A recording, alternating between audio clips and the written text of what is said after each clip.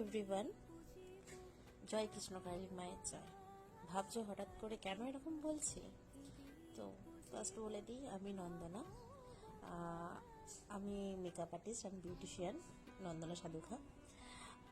আজকে যাচ্ছিলাম বর্ধমান কৃষ্ণকালী মায়ের মন্দিরে। তো হঠাৎ করেই আমরা 3 বান্ধবী ঠিক করেছিলাম যে যাব কৃষ্ণকালী মায়ের মন্দিরে। তো সকাল সকাল বেরিয়ে গেছি।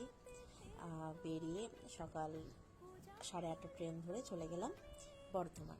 ওখান থেকে টোটো বুক করে আমরা গিয়েছিলাম মন্দিরের কাছে। তো আরেকটা তোমাদের ইনফরমেশনটা হচ্ছে, মন্দির সকাল 7টা থেকে বিকেল 6টা অবধি খোলা। আর সেদিনকে প্রচণ্ড বৃষ্টি, গিয়ে দেখি আর ওখানে মন্দিরের সামনেটা প্রচণ্ড কাদা হয়ে গেছে। সবাই কিভাবে আসছে দেখতেই পাচ্ছ।